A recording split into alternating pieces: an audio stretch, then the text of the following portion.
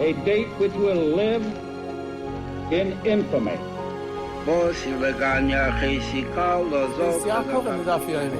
Both of those projects, initiatives, got off the ground because of the Ger. For the 11 Olympic team members slain in West Germany, the Olympic Games... Zugerecht waren Brüder in Amerika. So 1000 Shabbos at this guitar. Out of the 24 who were killed were Americans who had come to learn in Hebron. I say 1 million Jewish children who were made to be cut loose.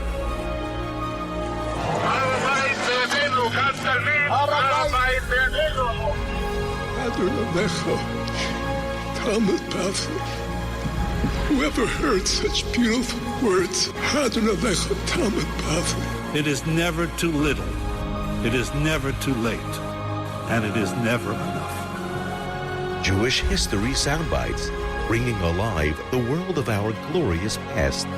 Here is our host, live from Jerusalem, Jewish historian and tour guide, Yehuda Gebru with Jewish History Soundbites, and this episode, right before Tisha B'Av, has been sponsored by the OU. Make your Tisha B'Av more meaningful with the OU. Renowned speakers, special programming, and a live kumsitz straight from the Kaisel.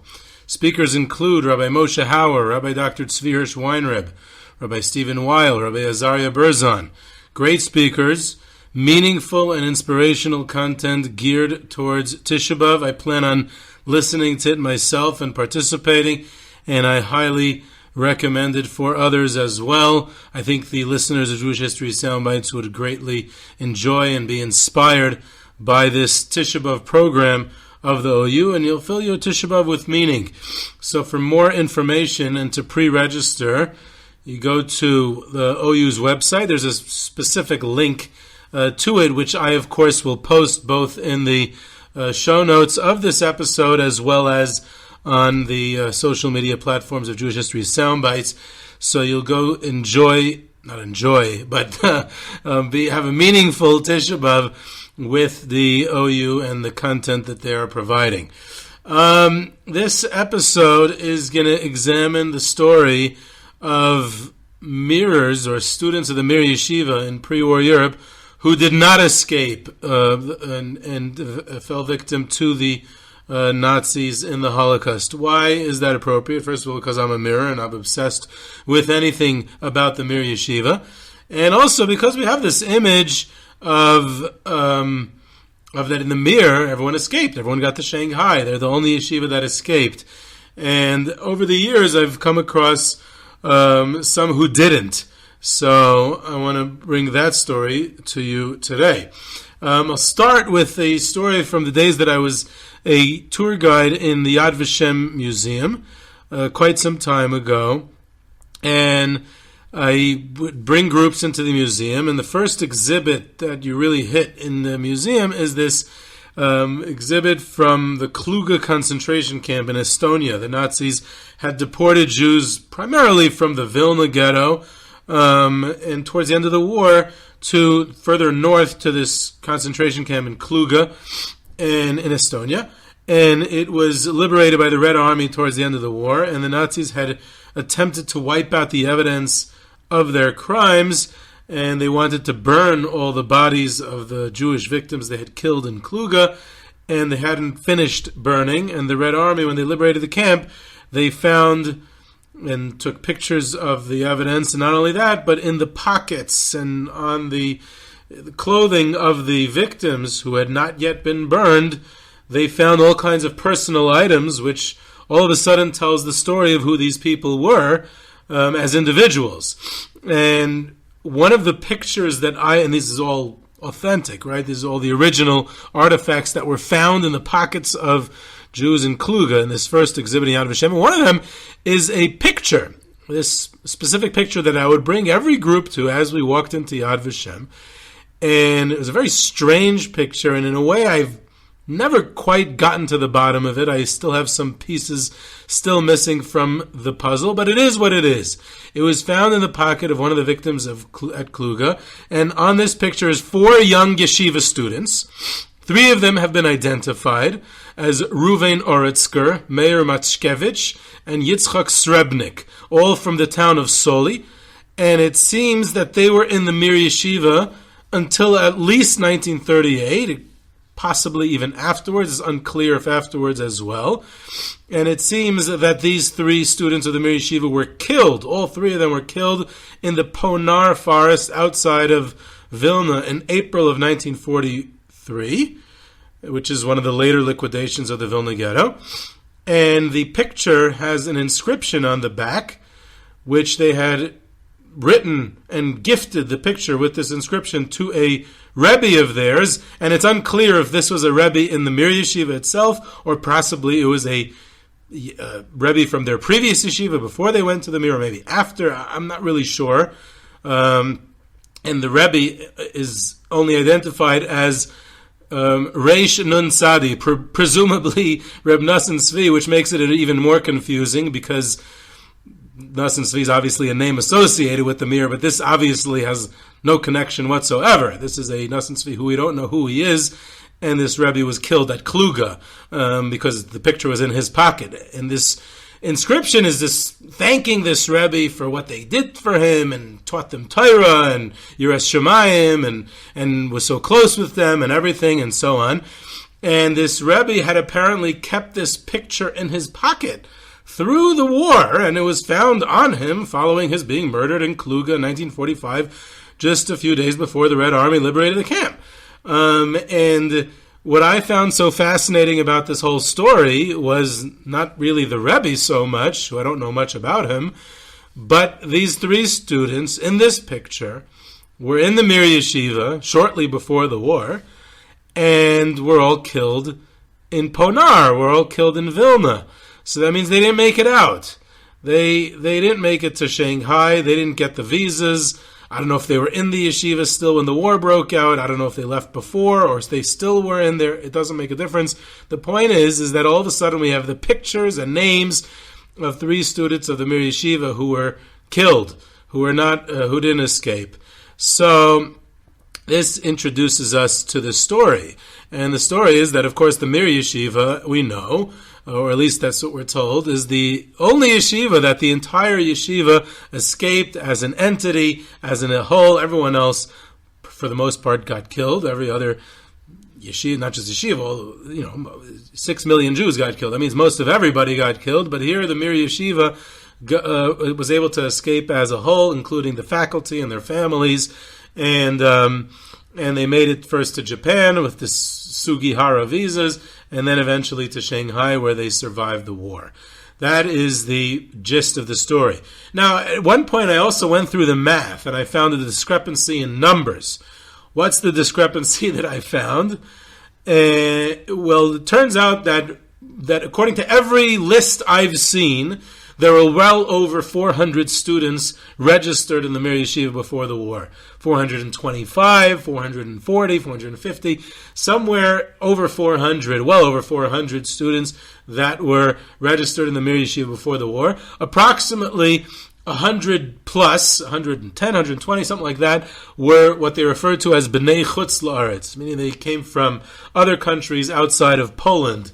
They came from Germany, the biggest contingent, over 50 of them, and then they were from England, from the United States. There were over 20 from the United States, and from various other countries where there were smaller numbers. Many of those B'nai Chutz La'aretz, German, Dutch, etc., they went with the Mir Yeshiva to Shanghai, so we can't discount them entirely. But Americans and English and others, they were warned by their embassies as the war was breaking out that they should leave. So we can take them off the list. So they're not with the Mir when the war breaks out. But there should be nearly 400 in Shanghai. I don't know, 350, 380.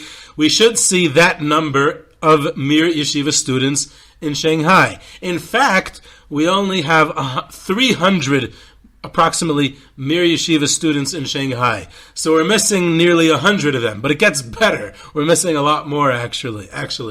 And I'll bring it in a personal way. My wife's grandfather of blessed memory, Reb Simcha Nedborny, was a student of Reb Aaron Kotler, pre-war, not in Kletsk itself. He only joined when the yeshiva had moved to Salok during the war, the beginning of the war in Lithuania. Before that, he was in Bialystok in the Novardik yeshiva there. It doesn't matter. The point is that he ended up in Shanghai on his own merits. He did not get a Sugihara visa. He ended up in a whole story, whatever it is. He got to Shanghai on his own path. And when he's in Shanghai, he's there all alone. He didn't come with anyone. So he joined a Kletsk yeshiva contingent who joined the Mir in Shanghai. In other words, he joined the Mir Yeshiva in Shanghai as a convenience, since that was the main yeshiva there. That was the only Litvish yeshiva in town. He was not originally in the Mir in Mir. He was not registered there. He only joined them in Shanghai. So I looked into his story a little bit, and it turns out that this phenomenon, that there was nearly 100 such students in Mir in Shanghai. There was a whole group from Kletsk, Baranovich, Kamenetz, Grodno, and several other yeshivas who had come to Shanghai on their own, either with a Sugihara visa or without a Sugihara visa. But the point is, they only joined the Mir in Shanghai. So that accounts for nearly a third of the Shanghai yeshiva, the Mir Yeshiva demographic. And that means that we have to drop the original Mir Yeshiva student number to only about 200. I hope this math isn't too confusing for anyone. But the point is that there's only about 200 Mir Yeshiva students in Shanghai who are in the Mir Yeshiva in Poland pre-war. That would be about 50% of their pre-war enrollment. Uh-oh. As soon as I figured out this math, it was a big uh-oh for me.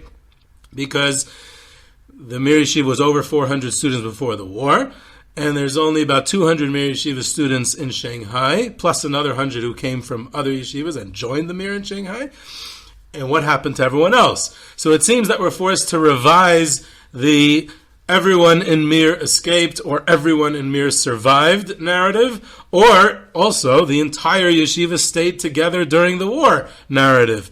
Neither of those apparently are 100% true. It's at least 50% true, which is fine. It makes it better than every other story. It makes it better than everyone else. So it's fine. We can still keep the core narrative, but we have another 50% to deal with. By the way, that makes perfect sense. There are too many variables involved here. Some students likely went home with the war's outbreak. War breaks out. A lot of people just simply went home. They went to their shtetl, to their town, to their city, to Warsaw, to wherever they live. They went back home to their parents. That's very often, it's very common if war breaks out. It happens to be the war broke out, and then there was this chaotic few weeks. A lot could happen during those few weeks, and people might have gone home. Some were probably still with the yeshiva even later, but they were concerned regarding the visas. Others were probably unable to obtain visas altogether, either because they were Soviet citizens, or they had some other documentation missing, they didn't have passports.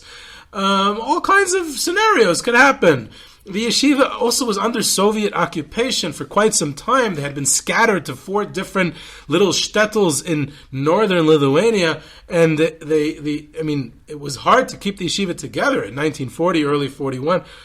So it's likely that there was an attrition rate, that some people left the yeshiva. Another common scenario is students, Mir Yeshiva students, who got out on their own means to other countries. Sometimes they got to America, to Palestine. They got to other countries with their own means. They had relatives, they had affidavits, they had whatever it is. They were able to get out. So people who were able to get out on their own got out on their own. Especially, by the way, an entire contingent of Mir Yeshiva students got visas to the United States when they arrived in Japan and went straight to the United States without going to Shanghai. In other words, they got the Sugihara visas, they made it to Kobe, Japan with the Mir Yeshiva together, but they did not proceed to Shanghai because they went straight to the United States, including some famous names like the entire family of almost the entire family of the mashgiach, Rav Yerucham Levovitz. He obviously was not there. He had passed away in 1936, but his wife and his children and their families all made it straight to the United States. They didn't go to Shanghai. Other big students of the Mir also, Rav Arni Shapiro, Rav Elia Chazan, and there's quite a few others. I'm not going through the whole list now. So quite a few made it to the United States right away. They didn't go to Shanghai.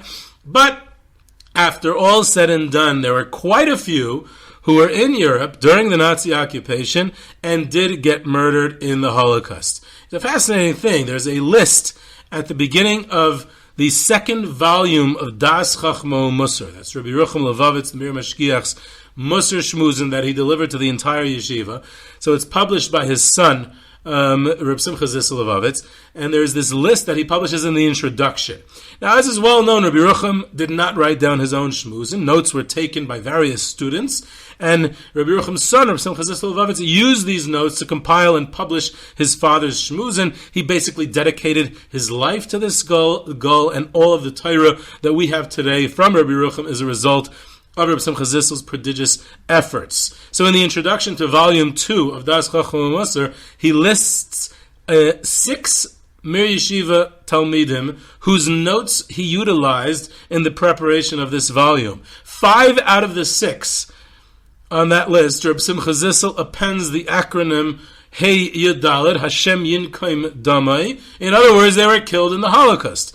The only one of the 6 that wasn't was Reb Leib Malin, of course. Reb Leib Malin, who is well known, right? He's the one who led them to Shanghai, and Reb Simcha Zissel utilized his notes as well. So this brings us to another point. It's these 5 were killed. Now, why were they not included? It's very likely that these 5 were alumni, or at least some of them, meaning they were no longer in the yeshiva when the war broke out, or perhaps they were still in the yeshiva when the war broke out, but they didn't have the opportunity to be part of the yeshiva's great escape to Japan and later to Shanghai for whatever reason. By the way, if it's alumni, it also makes it that it's a big story, because there's thousands, presumably, of Mir alumni across Poland and Lithuania who studied in the Mir over the previous decades, who had moved on, gotten married, and gotten jobs, who were not in the Mir on the day they escaped, so they all got killed too. But we're going to focus on registered Talmidim or family members, stuff like that. Family members, by the way, is another story. Family members of the administration.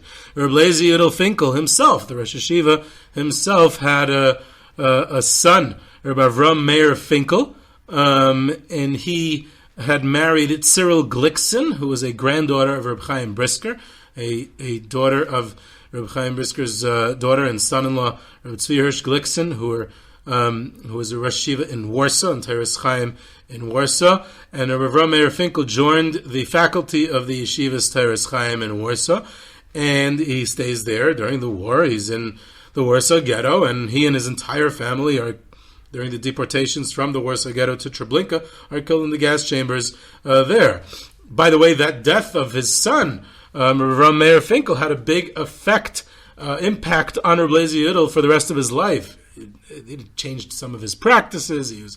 He mourned him for quite some time. He wrote about him, a fascinating story. So Reb Lezer Yudel Finkel himself lost one of his children and his entire family.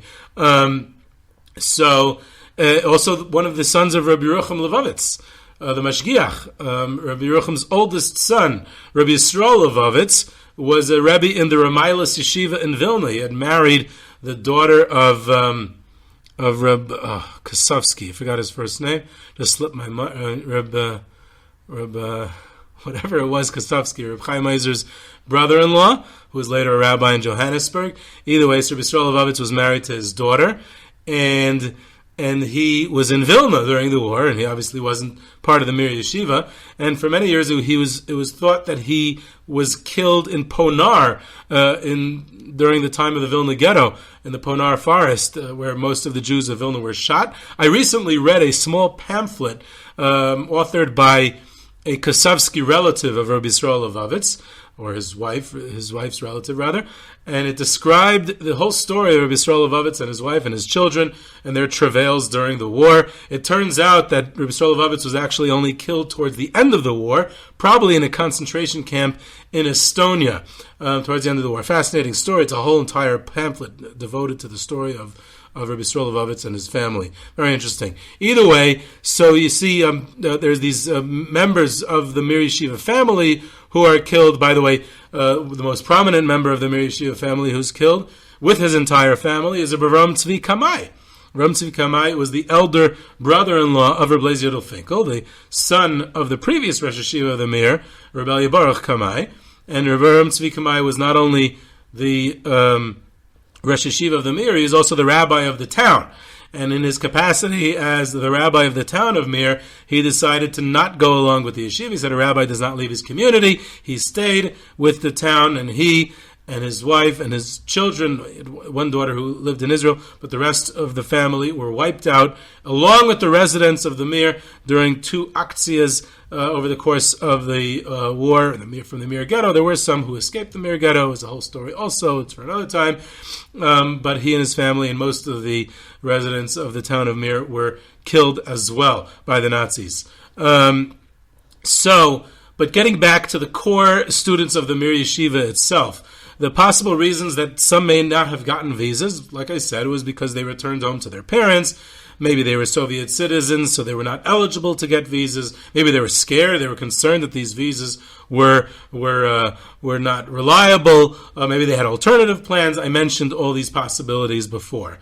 I want to focus on perhaps the most famous mirror who got killed by the Nazis, who did not escape to Shanghai, and that is Rav Yona Karpilov, known to posterity as Rav Yona Minsker, because he grew up in Minsk.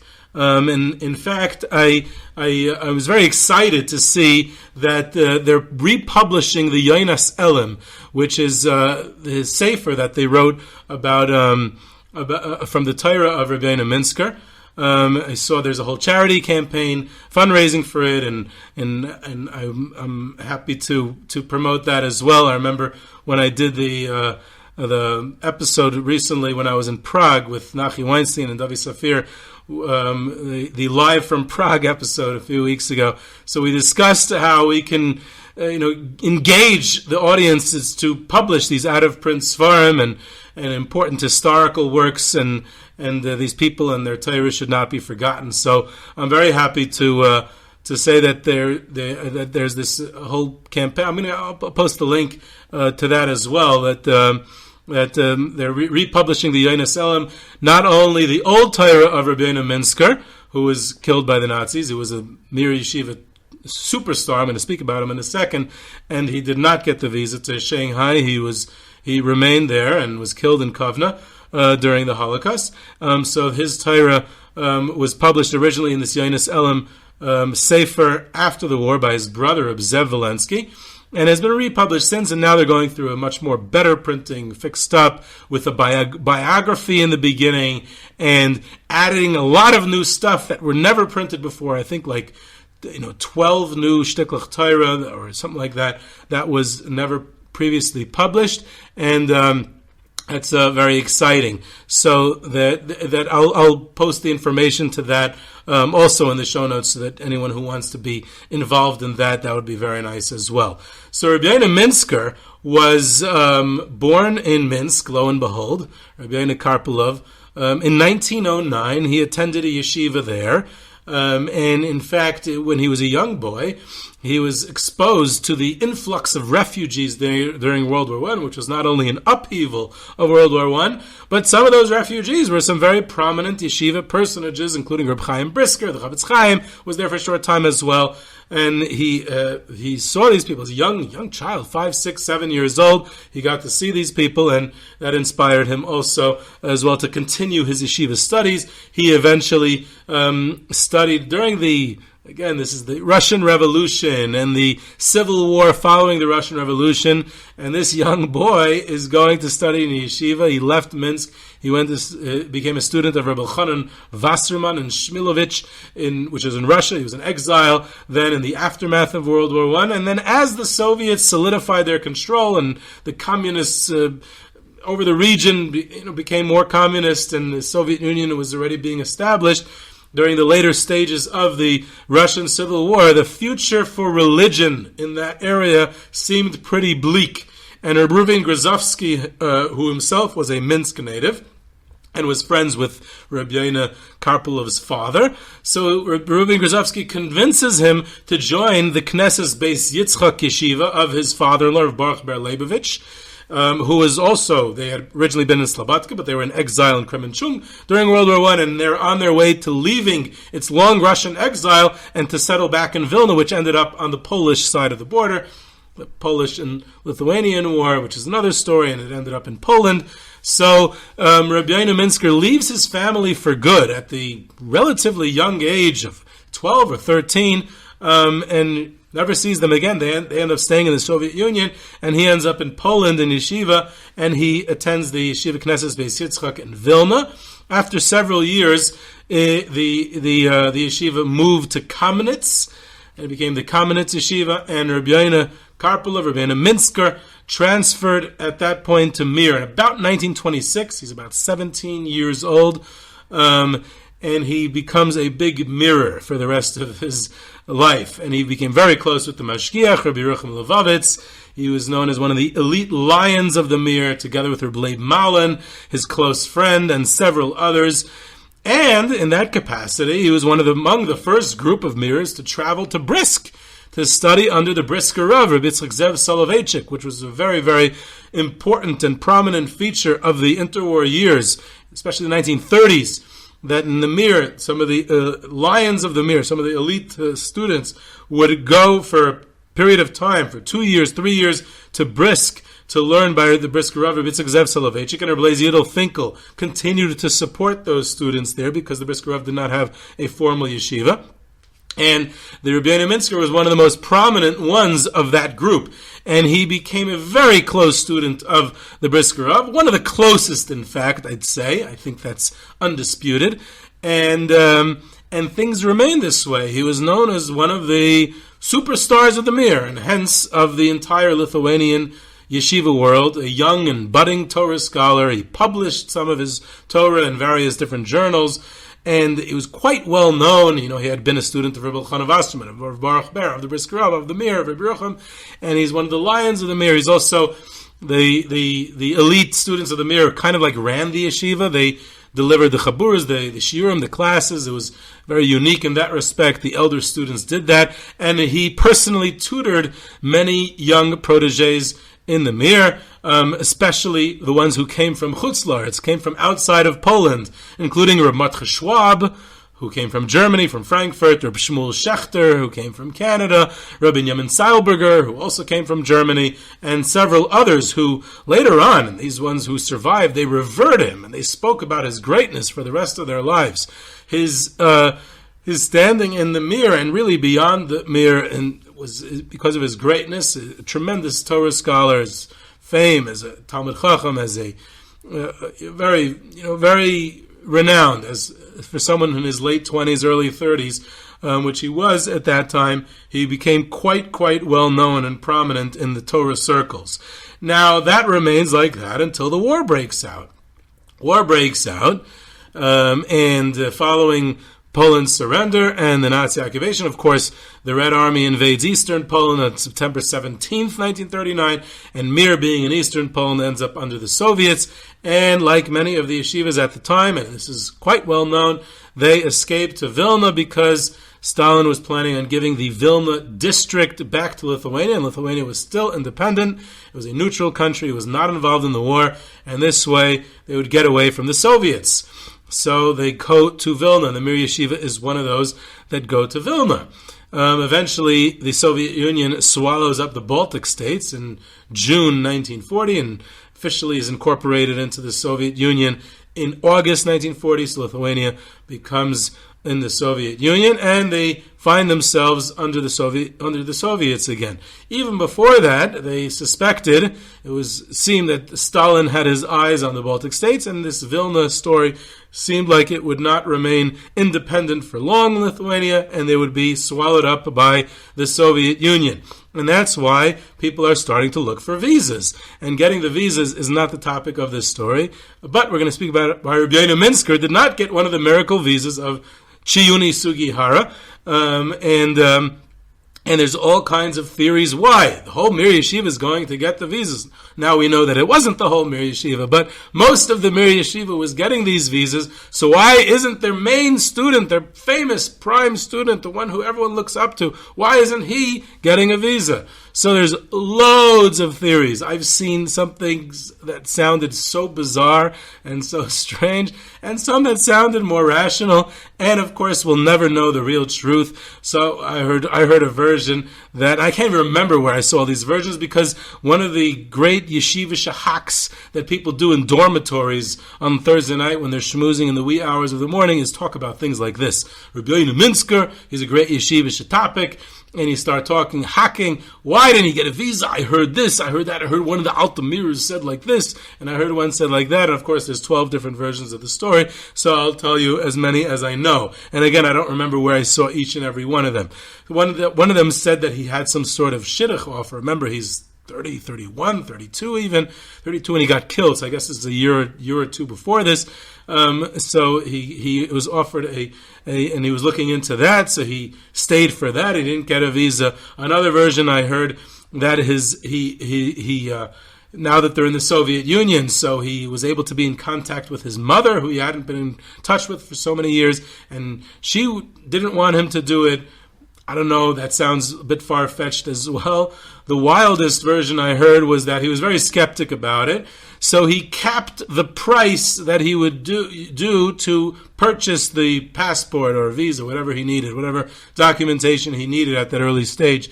And he said, only if it costs this amount of money, then I'll buy it. If it costs more than that, I'm not going to do it. That's like some sort of sign that it's not to be. And sure enough, it cost more than what he had capped the price, and therefore he didn't buy it. Also does not sound too plausible. What sounds more plausible is that he thought it was very dangerous. It was a dangerous scheme. It was very risky. He, having grown up in Minsk, witnessing the revolution, witnessing the civil war after the revolution, he saw the communists up front. He saw how things worked. He saw the early Soviet Union. He saw their relationship with religion, and he was terrified. He saw that he thought these Curacao visas were a trap. They weren't real visas. They just said you don't need a visa to get into Curacao. He thought it was too flimsy. He had a fear. Another version said he was just scared of doing anything illegal when we're talking about the Soviets, because there could be repercussions when dealing with the Soviets. There'll be deportations to Siberia. And remember, in the world before the final solution, in the world before the Nazi invasion, the worst thing in the world is deportation to Siberia. Of course, in retrospect, with 20/20 hindsight, we know that Siberia was the greatest place to be, because that means you wouldn't be killed by the Nazis later on. But no one could know that at the time. The other version I heard, and this also is very plausible, this might be actually the most plausible theory, which makes the most sense, is that he was a Soviet citizen. He escaped the Soviet. He was born in Minsk. He was there during the revolution. He was there during the Civil War. He was a Soviet citizen. He was not Polish. And he was not eligible. It's likely that he never obtained Polish citizenship, so he was not eligible. Anyone who was a Soviet citizen could not get these visas. It was only for foreigners. Poles were foreigners. They were not Soviet citizens. And Germans were foreigners. Anything like that. Dutch were foreigners. But Soviet citizens were not eligible to leave the Soviet Union. So any student of the Mir Yeshiva who is a Soviet citizen or recognized as such, he was Rav Yona Minsker, he's from Minsk, so maybe perhaps the Soviet Union considered him a Soviet citizen, even if he didn't want to, and therefore he was not even eligible to get a visa, even if he wanted to. That makes the most sense, but again, we can never know for sure. In the background, and the important part of the story is, that I wish to emphasize, as I always do, is that the occupation at this point was Soviet occupation. The threat at this point was Soviet, was communist, was spiritual. The perceived danger was primarily spiritual. No one imagined in 1940 a Nazi invasion. Right? There was a non-aggression pact between the Soviet Union and Nazi Germany. No one was thinking about Nazi invasion. No one was thinking about, they were not in the jurisdiction of the Nazis. They were under the Soviets.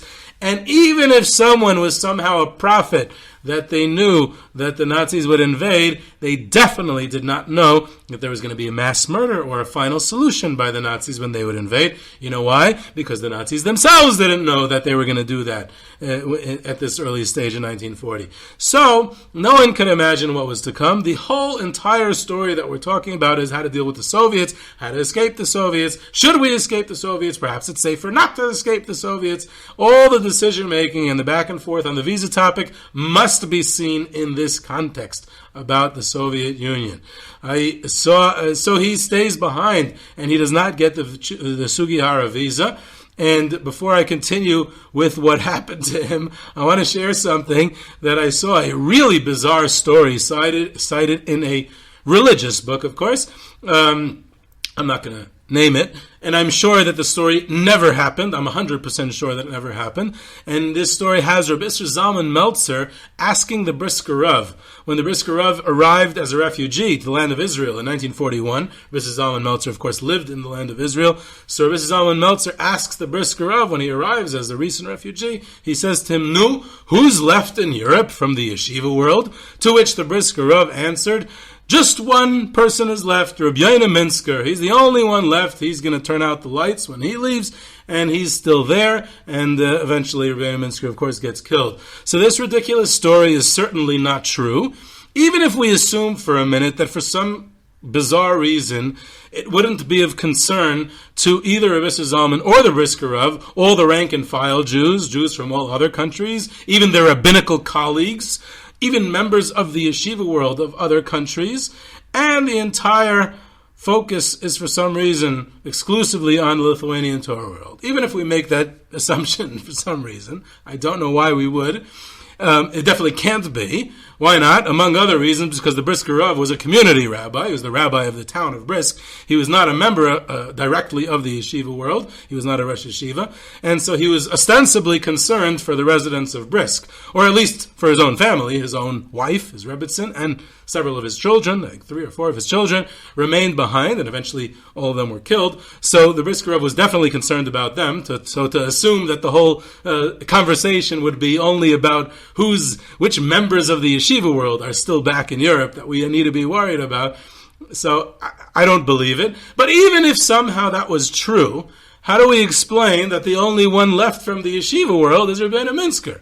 How do we explain that the rabbis and students of the Telz Yeshiva, Kelm, Slobodka, Baranovich, Grodno, Kamenetz, Lumzha, Navardik, and even the Kletsk Yeshiva, which is formerly Rabbi Zalman's yeshiva himself, or even the Torah's Chesed Yeshiva in Brisk, which the Brisker Rav wasn't directly affiliated with, but he knew very well, or the Torah's Chaim Yeshiva in Warsaw, where his family members were in charge, and countless other rabbis and students of Lithuanian yeshivas, they don't rate as having remained in Europe in the context of this alleged conversation. Almost all of the ones that I just mentioned remained in Europe and were wiped out in the Holocaust. The rabbis and students, for the most part, were all killed, with rare exceptions.